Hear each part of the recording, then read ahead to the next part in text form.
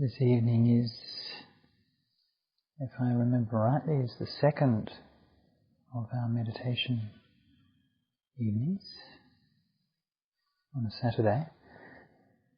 And last week we talked about the practice of, if you like, mindful awareness or silent awareness, or Chip-in Glang, the mind in the middle, or the whatever name you want to call it. And I was explaining that this practice of just a kind of careful and mindful awareness of one's own thoughts, perceptions, memories, feelings, body sensations, emotions, and this is a very essential precursor to Metta Meditation. Actually, Ajahn Mahachatchai emphasizes that it's something which goes along with every kind of meditation.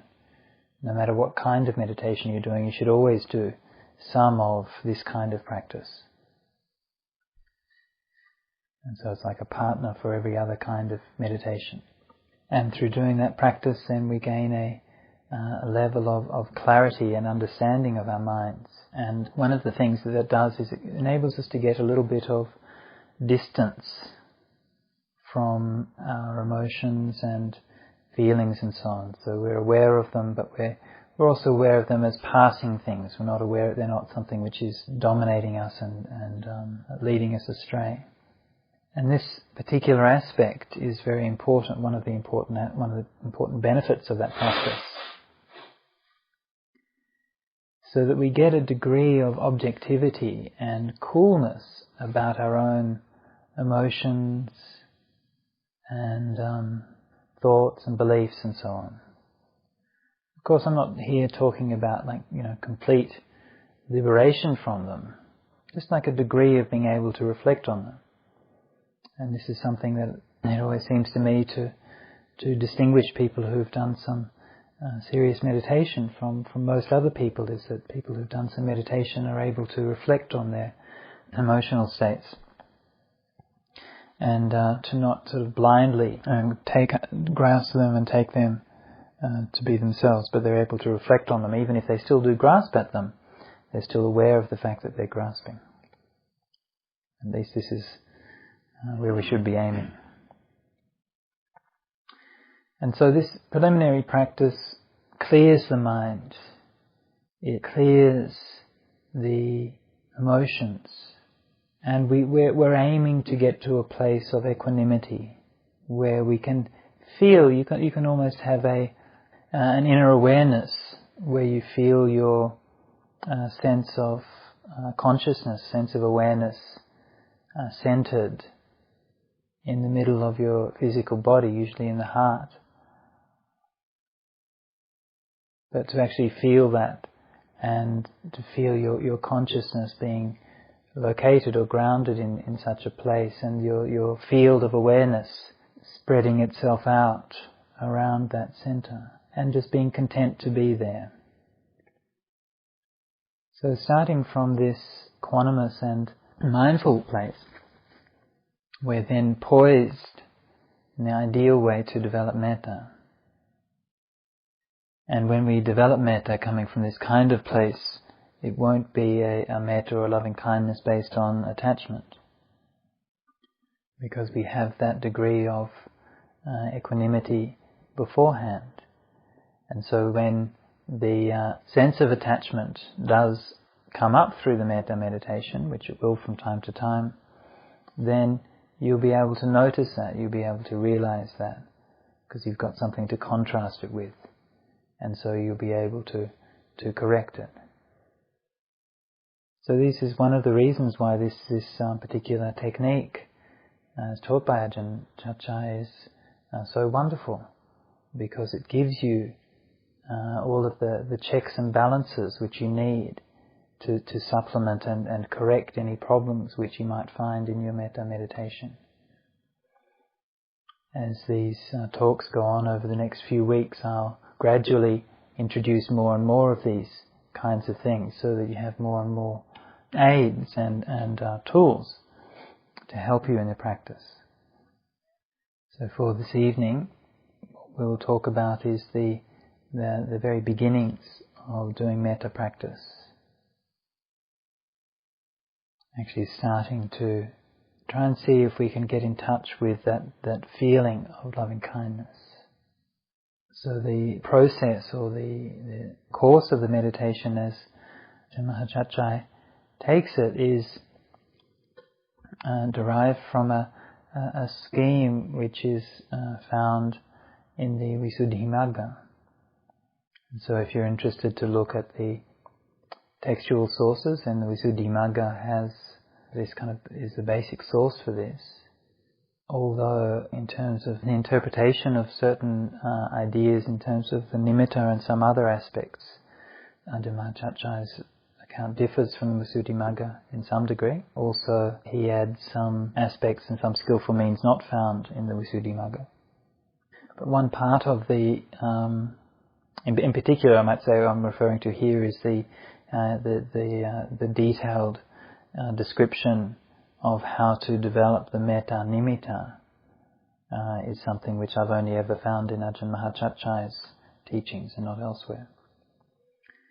One excellent thing which the Visuddhimagga does give in its section on metta is it gives a lot of different skillful means for eradicating anger, and lots of different reflections and sort of tools that you can use for getting rid of anger and trying to free the mind, lighten the mind, things like reflecting on the person that you're angry with as being just the four elements, or many different kinds of things. So if you're interested to look for some things to get over your feelings of anger and annoyance, then please check out the Visuddhimagga. That particular section is very useful.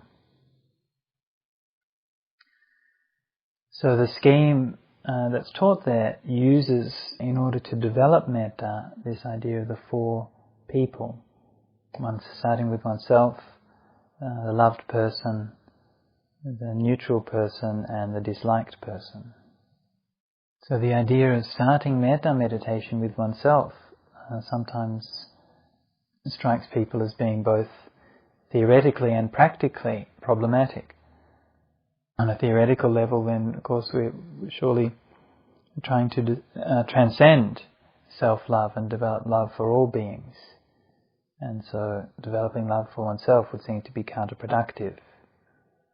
So the canonical justification for the practice is found in a few places, but most centrally in the basic Brahma Vihara chant, which uses the term Sabbatataya, which means to all as to oneself.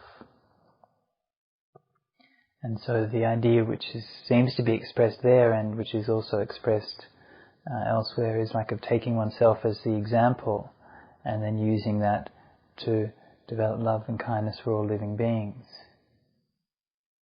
The idea of using the loved person, of course, is found quite explicitly in the Metta Sutta.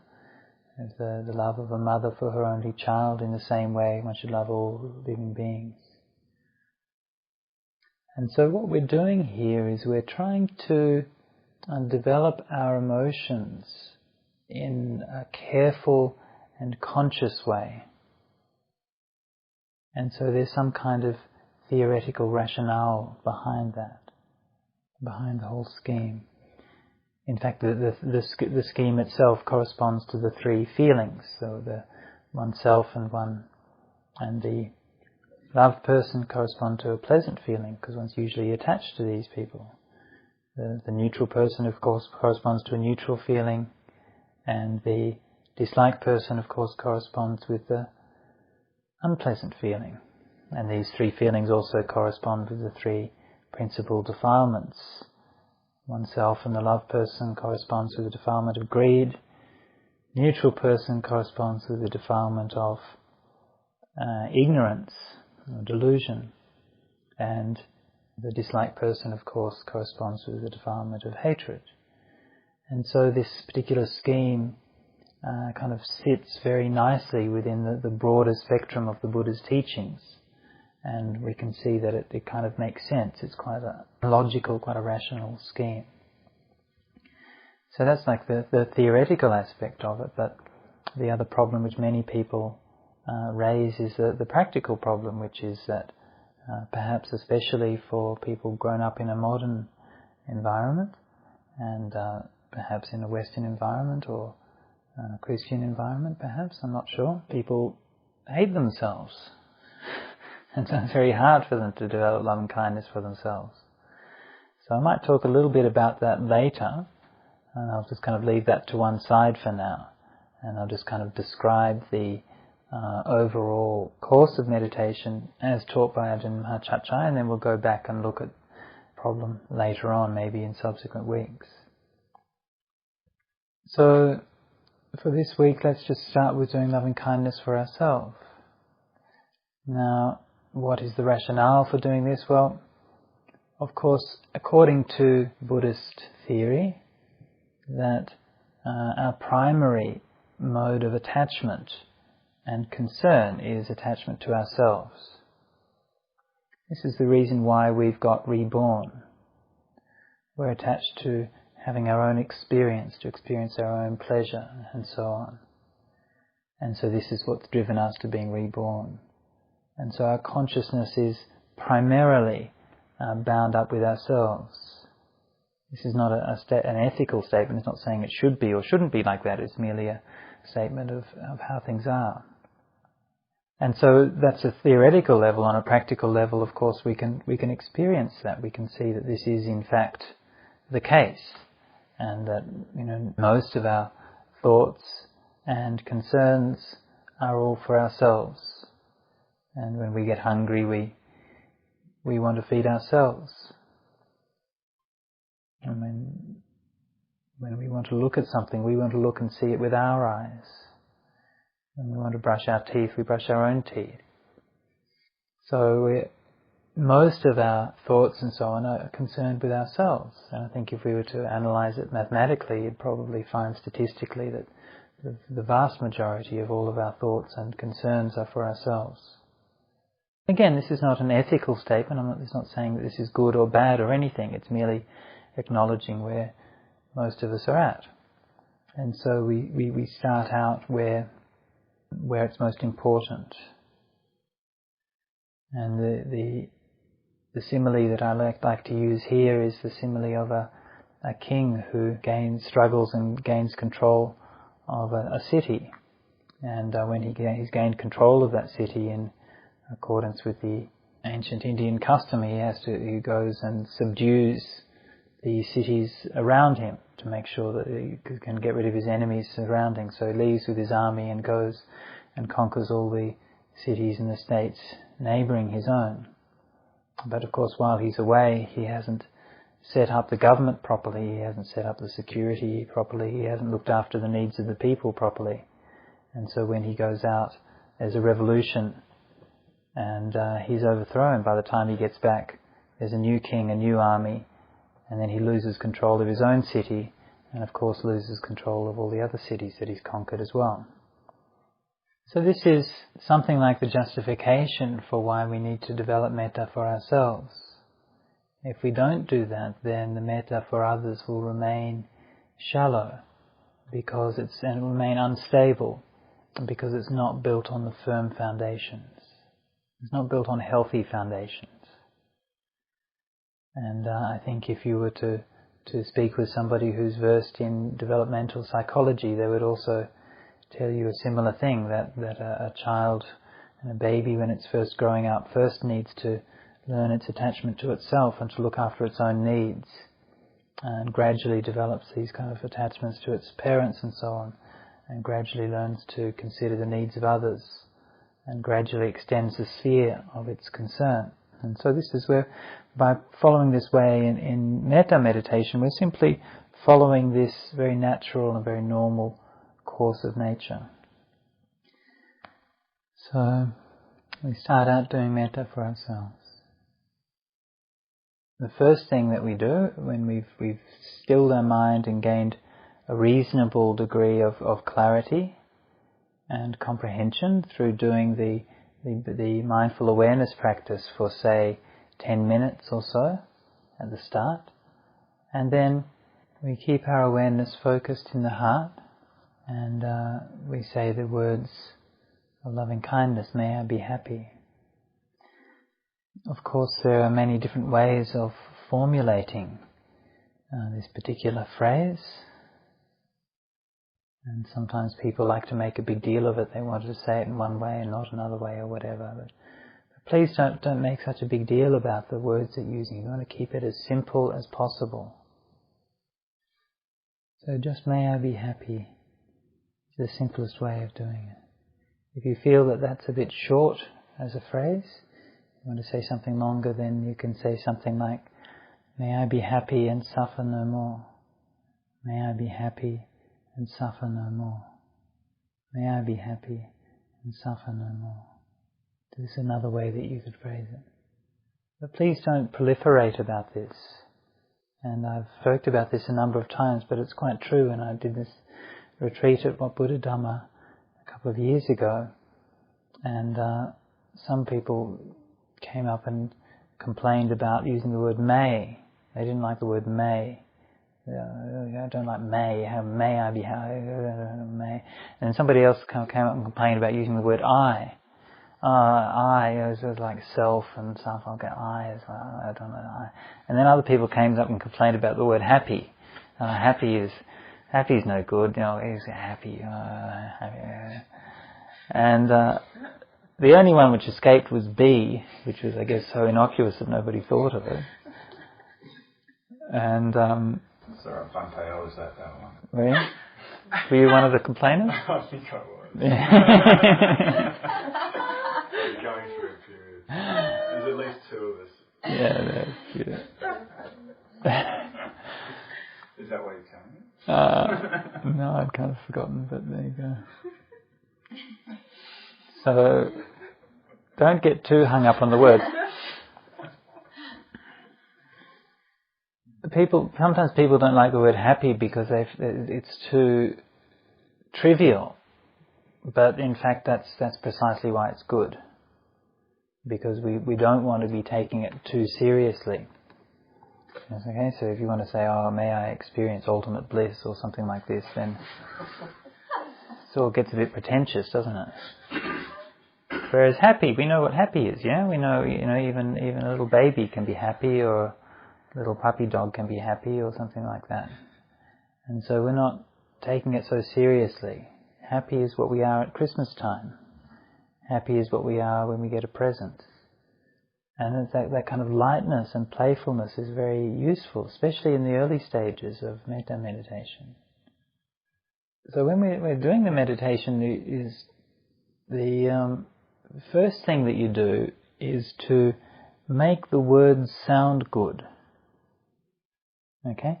So don't worry about the meaning of them, don't worry about getting the feeling of metta, don't worry about anything else. Just enunciate and articulate the words in your mind as clearly and as well as you possibly can. As Ajahn Mahachatchai said, like Shakespeare, mayest thou be happy, or something like that. So what you're doing here, by articulating the words clearly to oneself, one's doing a number of things. First of all, that helps with just your mindfulness and clear comprehension. It brings a level of precision and care to what you're doing, so that you're not just kind of slopping the words out. Yeah? It's a careful process. It gives a level of energy to the mind, because you're not being lazy about what you're doing. You're not just sort of drifting along and drifting in and out of your meditation and not really sure what you're doing. You're very clear about what you're doing, and there's an energy behind those words. And it also gives a focus and direction, like a solid focus to the meditation. In fact, by the words of the meditation are exercising the two jhana factors, vitakka and vichara. So we talked about this earlier, and I explained how these factors in jhana are more subtle. They're not actual kind of verbalized thinking processes. But of course they're they're similar to, in some ways, these verbalized thinking processes. Obviously, why the same word is used. The Buddha, like all of us, has to use the words that are available in his environment, in his language. And so he was extending the ordinary language usage of these words into a technical or specialized usage of the words. And we shouldn't be surprised about this, and we shouldn't make a problem out of it. Just as in, for example, ordinary language, the word organic has a certain meaning. We talk about organic vegetables, and we mean vegetables grown without artificial fertilizers, and so on. And if we're doing chemistry, then the word organic has a specialized meaning. Organic chemistry is chemistry dealing with the various compounds of carbon. And so we recognize that it's very normal and necessary that in specialized fields that words are taken out of their everyday usage and are given more specialized meanings. And so this is what happens with vitaka vichara, that they've been, in jhana factors, they've been taken out of their everyday language and used with a specialized meaning.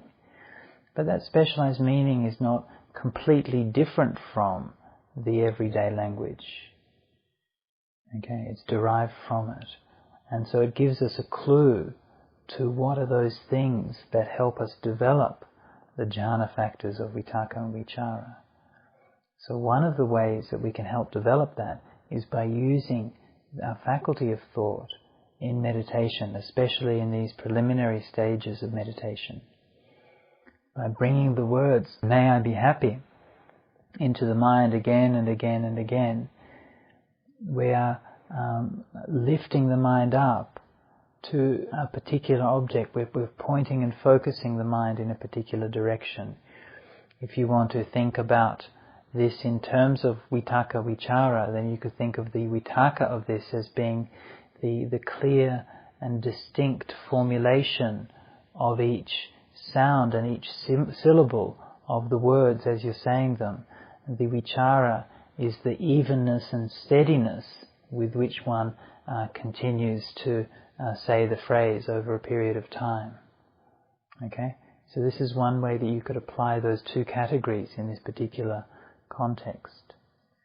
Bhante, is it a problem if there's a tune to it? Yeah, I think it would be distracting, but I'm not sure. I've never done it. If it becomes a chant, that's a problem. Well, you can do chanting. That's fine, but the chant is not metta meditation as such. I mean, chanting and tunes and things are useful in that they get stuck in your mind, and you can actually help your concentration by sort of clearing your mind and just focusing on one thing. But the problem is that it tends to draw your attention to the tune itself rather than to the developing the metta. So best, especially if you're developing the meditation, best to try to ignore those things and just stick with the meditation method as closely as you can until you know what you're doing. Otherwise you're likely to just end up with a mishmash. Yeah? That's not to say that that can't be used in other contexts, but in this particular context I wouldn't recommend it. I don't know if you know, Alex, the story of the barber who ordained as a monk. The Buddha said, "I allow a shaving kit, a razor blade, to all of the monks except those who used to be the barbers in their past life."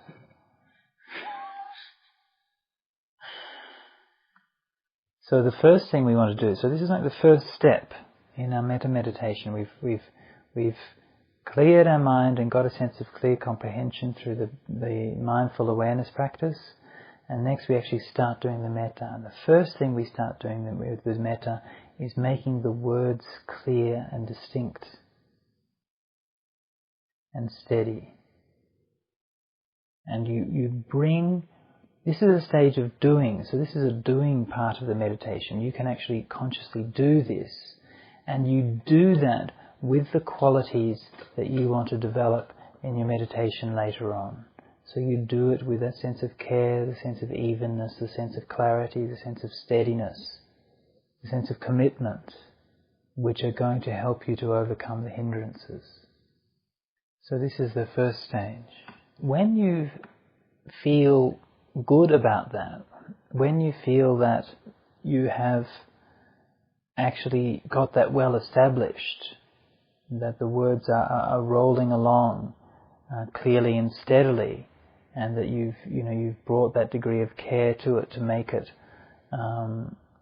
strong. So take time with that. Don't just sort of not think these things are important. They're very important. The more you pay attention to the foundational practices, the quicker your meditation will go. So take time and care to do that.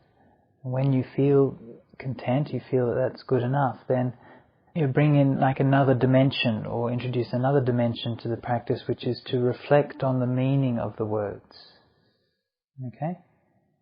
And when I say reflect on the meaning, I don't mean to start thinking about what does metta mean. Okay? You keep on with the same words. You're not using any other words in the mind. You keep on with the same words of metta. But you just like allow the meaning of the metta to become conscious to you. You like allow that dimension. Almost like you're reminding yourself of that meaning. And you don't have to worry about it. You know what metta means. Okay, you've all felt it. Metta is that the blissful feeling of wishing well, the feeling of love and joy. Okay, so that's all you really need to know. You don't need to have any complicated or very detailed analyses of what the meaning of metta is. Just that is good enough. You'll learn about it through your experience, and you'll need to know what it tastes like. Okay, not what the theory of metta is, but what is the taste of metta. And so at this stage, you reflect to yourself that wish, that wholesome wish for your own well-being and happiness. And so this gives like an energy or direction to the mind. There's an intention there. That wish comes with a slight movement of the mind. That's why metta is, according to the Abhidhamma, is included in the Jetasikas under the Sankhara Khandha, one of the Sankharas, because it's a movement in a sense, an emotion. And so there's like a fluidity to it, a flow, which of course is very still flowing. There's the famous simile from Ajahn Chah, it's like still flowing water. So it's not movement in the sense of running about all over the place, but it's just movement in the sense of being a flow, as an energy. And so by reflecting on the meaning of the word metta and allowing that to come into consciousness, this is by making that clear. And then you're like extending or enriching the words of metta, putting feeling into it, putting heart into it. So this is like the second step. The first step is to just clarify the sounds of the words. The second step is to reflect on the meaning of the words. And the third step is to invoke or touch the actual feeling of metta. And so this is where things start to get fun, because you're starting to realize actually what this metta is.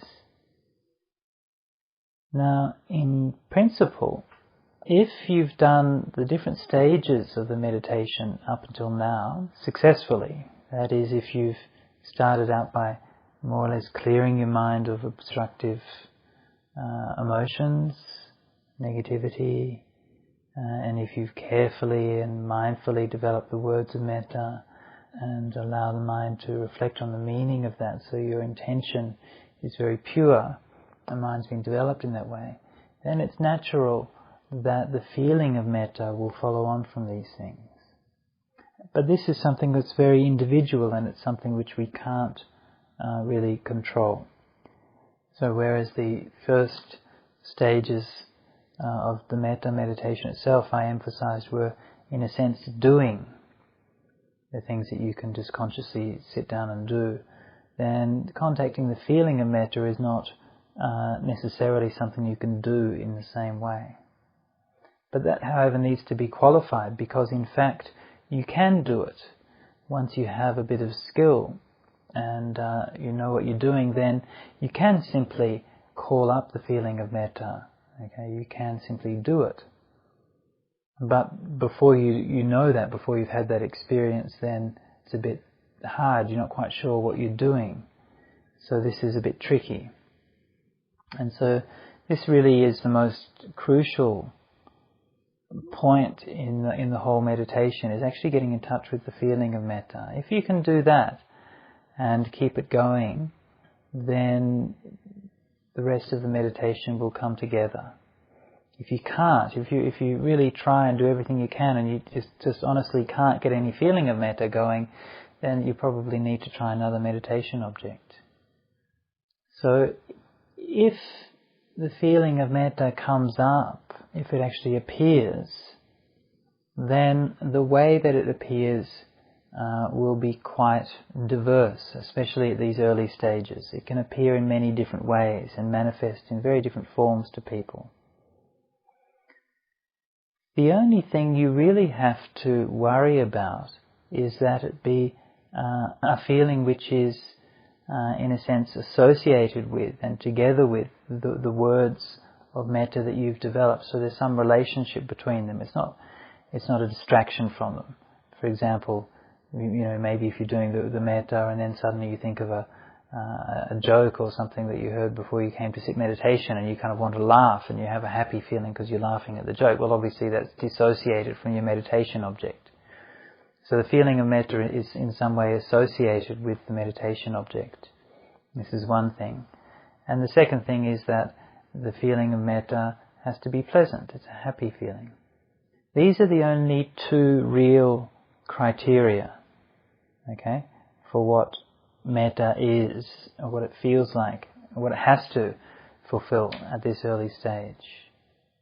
Apart from that, it can appear in very many different ways. It might appear for a short time or a long time. It might be very weak, it might be very strong, it might shoot up like a physical feeling through the body, it might be, all the kind of the symptoms of rapture which people have. All of those are likely to happen at this time.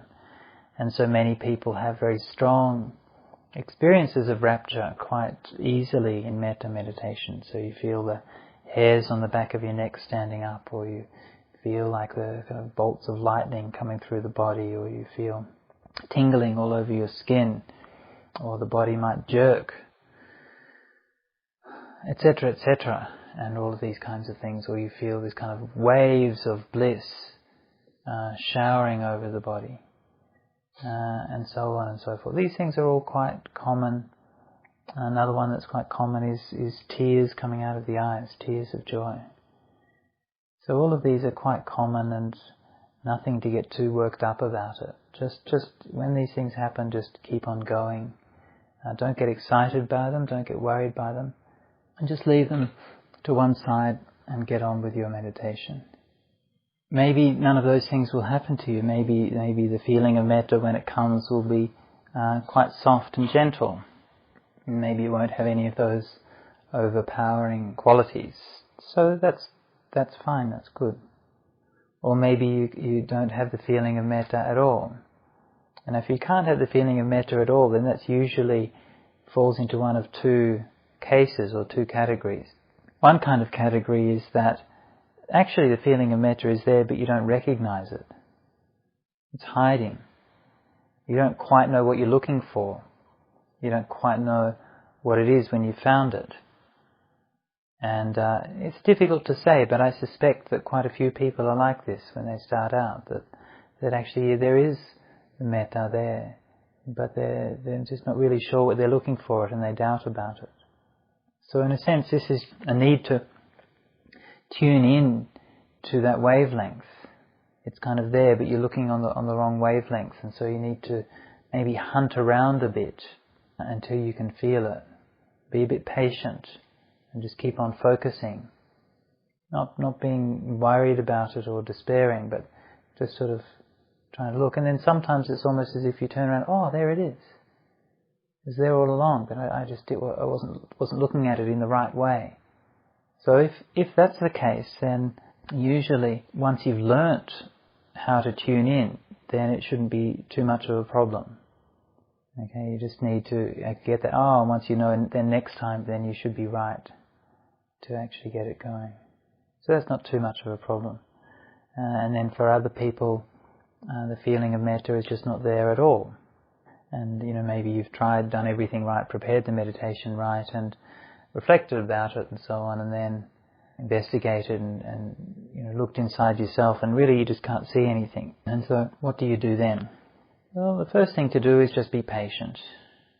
It takes a while to get it together. Don't be in any rush.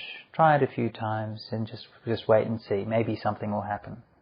Okay? Even if you don't get any feeling of metta going, at least by keeping the thoughts of metta going, then you're practicing the right thought of the Eightfold Path. And remember, in the Dhamma Sutta, the Buddha said that even just thinking these thoughts of harmlessness and so on, you can think them all day and all night and never cause any harm or problem for anybody. And so that's the second factor of the Eightfold Path. That's not a bad thing to be doing. So you can just keep on doing that for a long time, never mind. But of course, just if it stays as the thought, as the Buddha said in the Dhamma Sutta, then that's not enough to take the mind to samadhi. So eventually you want to try to arouse the feeling up. You won't get into samadhi based on just the thought of metta. You need to get the feeling of metta as well. And so there's various tricks of the trade that you can use to try to bring the feeling of metta up. One trick of the trade that you can use that Ajahn Mahachatchai recommends is to kind of come out of doing the metta mindfully, and just to recollect your family and loved ones, anyone who's dear to you, and to just make a mental intention or volition of sharing the merit of your practice with them and of wishing them well. Just going through the people that you know and just wishing that that all you're doing and the efforts that you're making will be of benefit for them. And this is one way of making the mind happy, gladdening the mind, bringing into mind those people who make us happy. So this is one way. Another way is to use your memory. Okay? And so to use your memory to remember a time when you felt metta.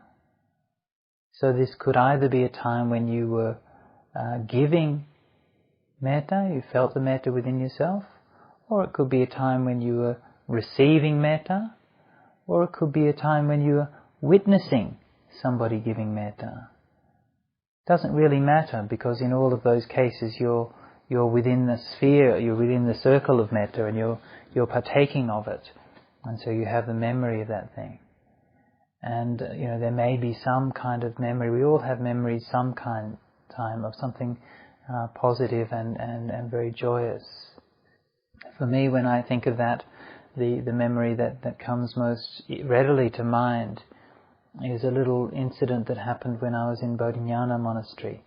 And at that time, Bhante Gunaratana, Bhanteji, was visiting. And some of the Anagarikas had found near the boundaries of the monastery, they'd found an injured lamb. And some of the farmers adjacent to Bodhinyana keep sheep, and occasionally they wander through the fence, which is not maintained all that well, and get onto the monastery property. And so in this case it was like an injured lamb which had somehow got onto the monastery. And so they'd picked it up and they put it in like a cardboard box with a rug or something like that, and they carried it up to the main building. And when they brought it up and Bhanteji saw it, I can still remember so vividly in my mind just the immediate metta that he had. He just looking at that little lamb, and he just put his hand out incredibly gently and delicately, very very tender, just to put his his hand just on the little lamb's head, so gently, and bringing it. It was just quite amazing to see for me that gesture of this very, very pure and tender loving kindness. So for me, that's just like a precious jewel which I have in my memory. And I can always bring that up if I want to, and just to remember that purity and softness of loving kindness. So we all have these things somewhere. We all have these jewels in our hearts, in our memory. And so we make use of them when we need to.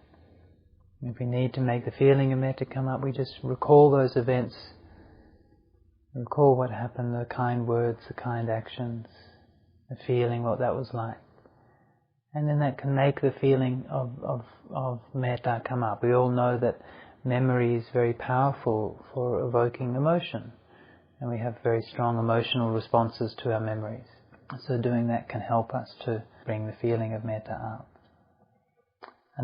So this is like the second method. The first one is like sharing of merits. Second one, using memory. The third one is, instead of using memory, using something in the present moment to bring the feeling of metta up, something which maybe can help to evoke metta. So maybe, for example, one monk who's a friend of mine, he used to use a picture of little baby lion cubs he kept in his kuti for this specific purpose. And whenever he felt his meditation was getting too dry, he'd get this photo out and look at the lion cubs, and his heart would just melt because they were just so cute. So this is what you can do. You can keep a teddy bear next to your meditation cushion. This is why I use a teddy bear on my metta retreats. And highly recommended, of course, is Nut the baby polar bear. And so keep a few pictures of Nut around to help you. Or whatever it is, anything that's going to make you feel that, and you can use that to give yourself a feeling of metta. So that's a few skillful means. Of course, there's an infinite number of these kinds of skillful means. You can always try different things. But then just one more I'll mention for now, and this is the method of pretending to do metta meditation. And this one I quite like, because sometimes we put self-imposed limitations. So we think, I can't do metta, or I'm no good, or whatever. And so rather than trying to battle with that, you just kind of put yourself in the posture of someone who's doing metta, and you don't do metta meditation, but you play the part of an actor who's playing somebody. You're an actor who's playing somebody who's doing metta meditation. So you don't actually do metta meditation, you pretend to do metta meditation. And you don't actually have metta, but you pretend to have metta. Okay, so you don't think, well, it would be nice, to actually call up the feeling of metta, but I won't call up the feeling of metta. I'll pretend to call up the feeling of metta, and I'll act as if I have that. And it's one of the kind of things funny things about human behavior is that sometimes we put ourselves in that position, then it makes us actually feel like that. And so if we all know that if we make our face look like it's in a smile, then it tends to make us happier. If we make our face look like it's in a frown, then it tends to make us sadder. And so you put yourself in that posture of someone who's doing metta meditation. You do it all in inverted commas, so you can keep a kind of ironical distance from it. So you can sort of retain your kind of cynicism and so on about it. Just playing around, and just kind of do it like that. And then, it turns out to be real in the end. Yeah?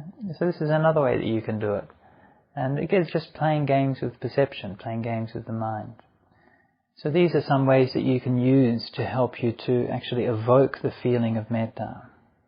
And that's a really crucial moment in the practice, to being able to evoke that feeling.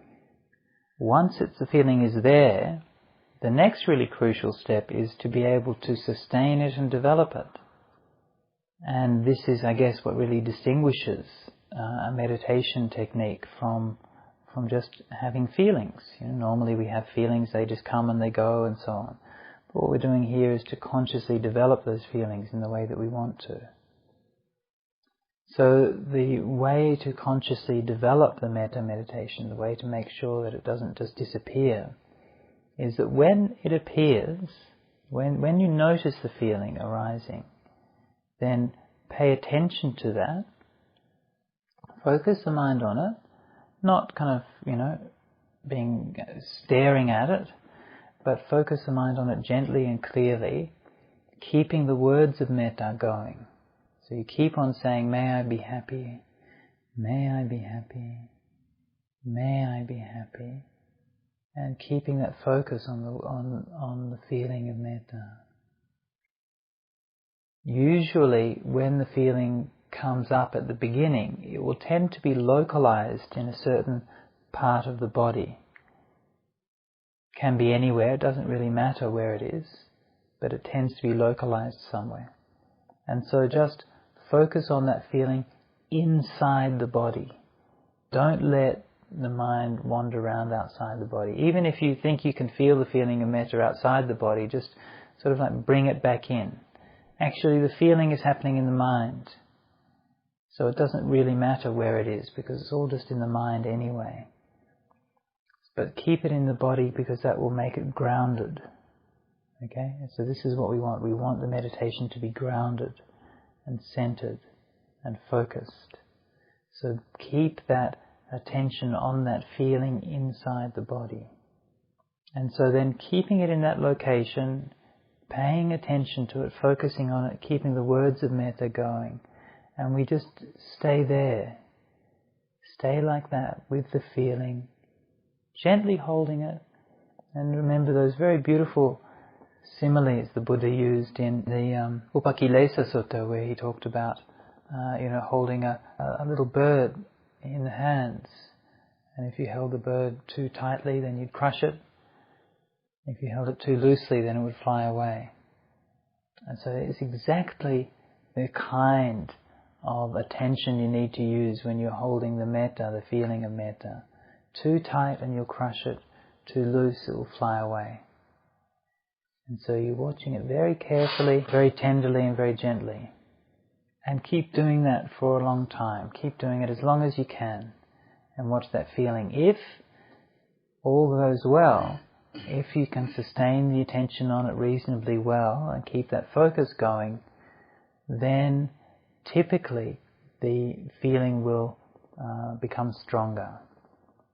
Because the mind works on this feedback. You're setting up this feedback loop. The feeling of metta makes the mind feel softer and more relaxed and happy, and then that makes the feeling get better. And it is circling around in this circle.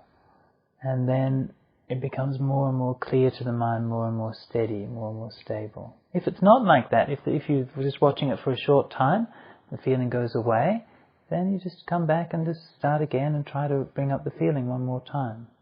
And gradually, as your mind gets more stable, then the feeling will become more steady and more stable. Okay, so let's try doing some guided meditation now, and let's see for the next 20 minutes or so, and we'll do some meditation just to that stage of trying to focus on the feeling of metta.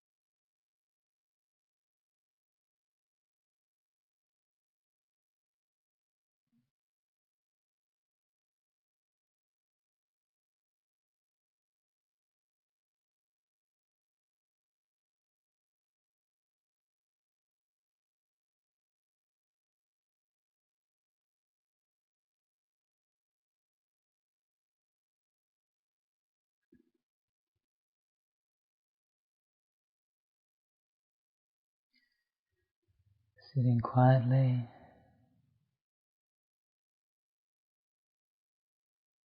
allowing a sense of ease and stillness to settle through the body.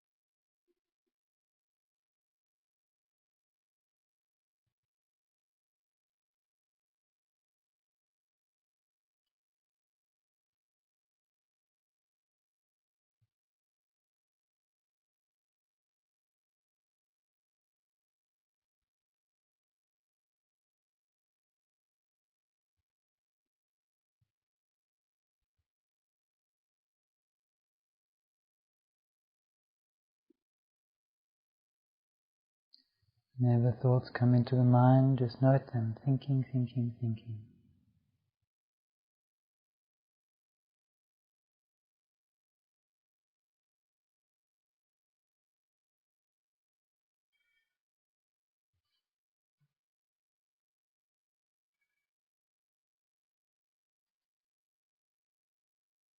Thinking, thinking, thinking.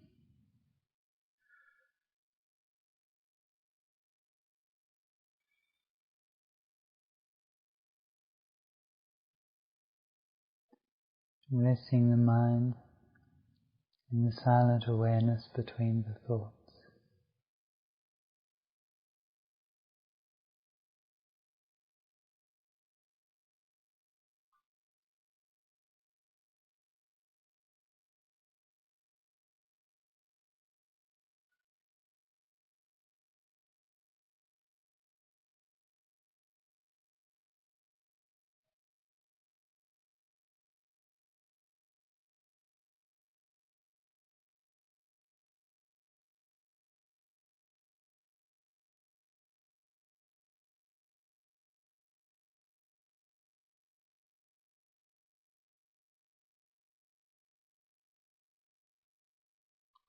In that silence, noticing the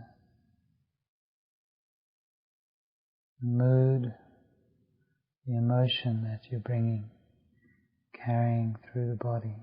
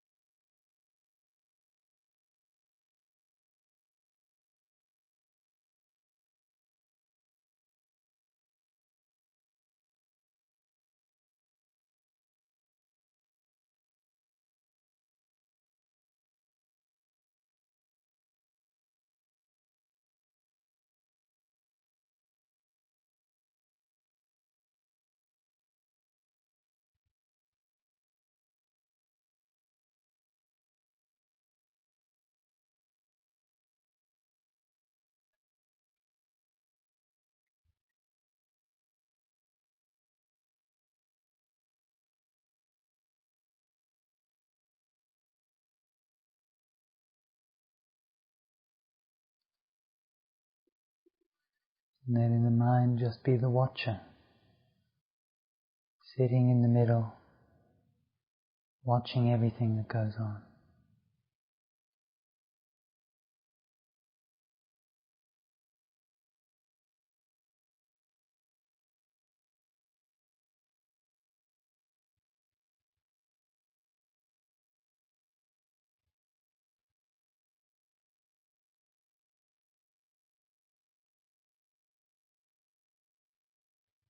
And then when the mind feels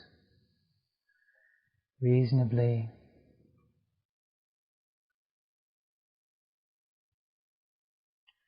collected, bring up the words, may I be happy, may I be happy, may I be happy.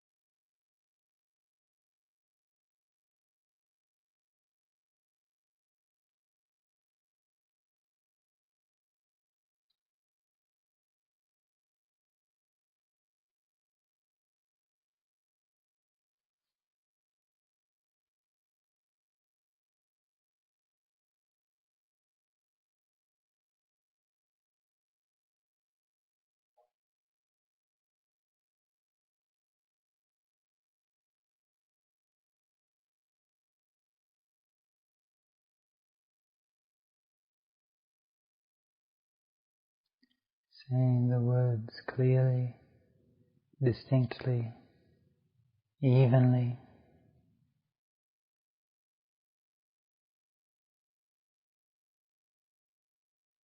Making a clean and solid foundation for the mind.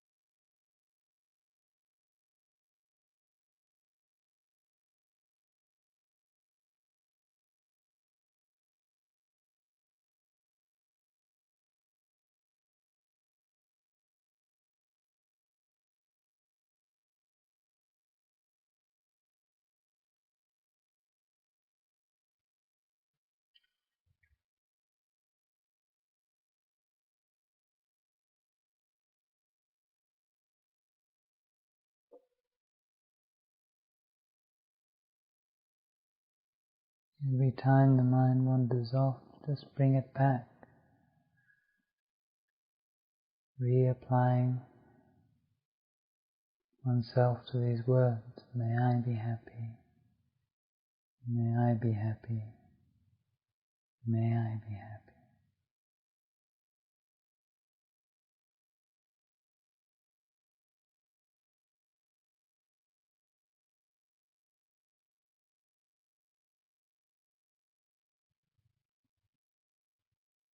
And as the words become more confident and stable, then reflect on the meaning of them. Allow that dimension of meaning to emerge from the words.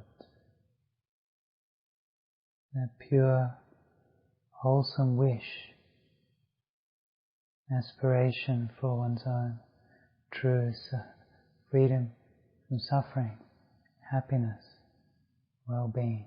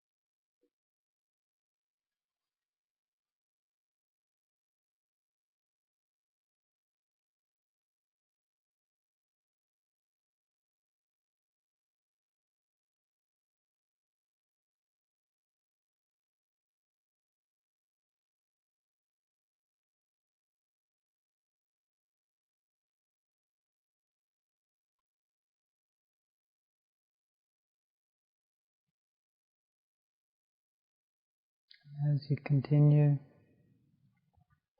look to see if you can notice the feeling of metta.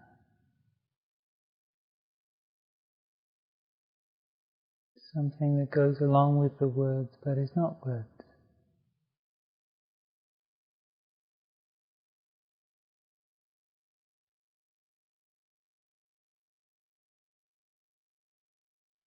Like the shine of the light on the surface of the water.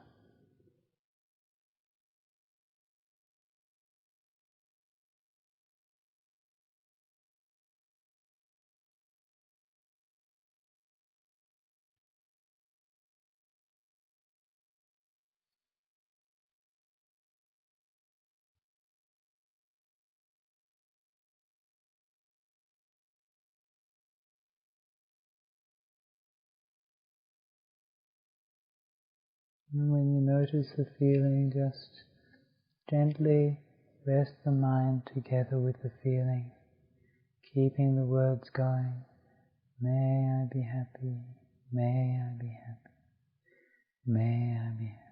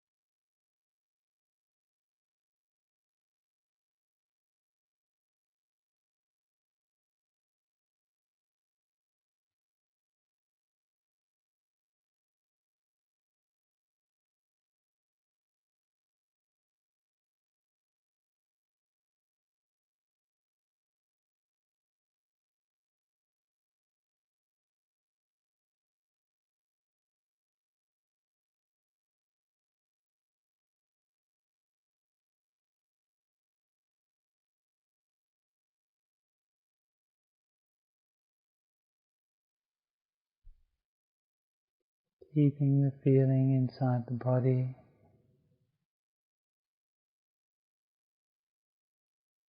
holding it steady in that place where it appears.